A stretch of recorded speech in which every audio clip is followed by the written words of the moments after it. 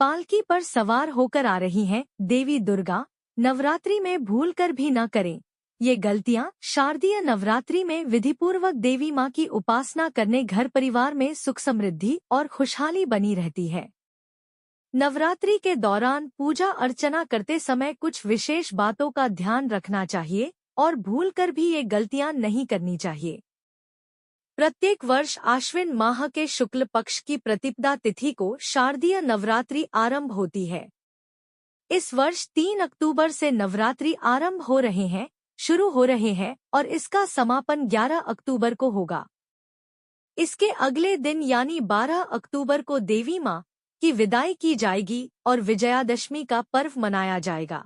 ज्योतिषविदों के अनुसार इस वर्ष मां दुर्गा पालकी पर सवार होकर आएंगी।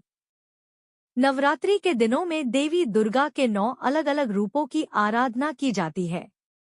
इस दौरान देवी मंदिरों में विशेष तैयारियां की जाती हैं। शारदीय नवरात्रि के पहले दिन लोग अपने घरों में घट स्थापना या कलश स्थापना करते हैं। साथ ही लोग माता रानी को प्रसन्न करने के लिए 9 दिनों का व्रत भी रखते हैं। शारदीय नवरात्रि में विधिपूर्वक देवी मां की उपासना करने घर परिवार में सुख समृद्धि और खुशहाली बनी रहती है। नवरात्रि के दौरान पूजा अर्चना करते समय कुछ विशेष बातों का ध्यान रखना चाहिए और भूलकर भी ये गलतियां नहीं करनी चाहिए। आइए जानते हैं विस्तार से। नवरात्रि में न करें ये गलतियां। शारदीय नवरात्रि में यदि आप अखंड दिया जल रहे हैं तो 9 दिनों तक यह दीपक बुझना नहीं चाहिए। नवरात्रि के दौरान 9 दिनों तक घर में सात्विक भोजन करना चाहिए। तामसिक भोजन यानी लहसुन प्याज नहीं खाना चाहिए। शारदीय नवरात्रि में घर और मंदिर की स्वच्छता का पूरा ध्यान रखें।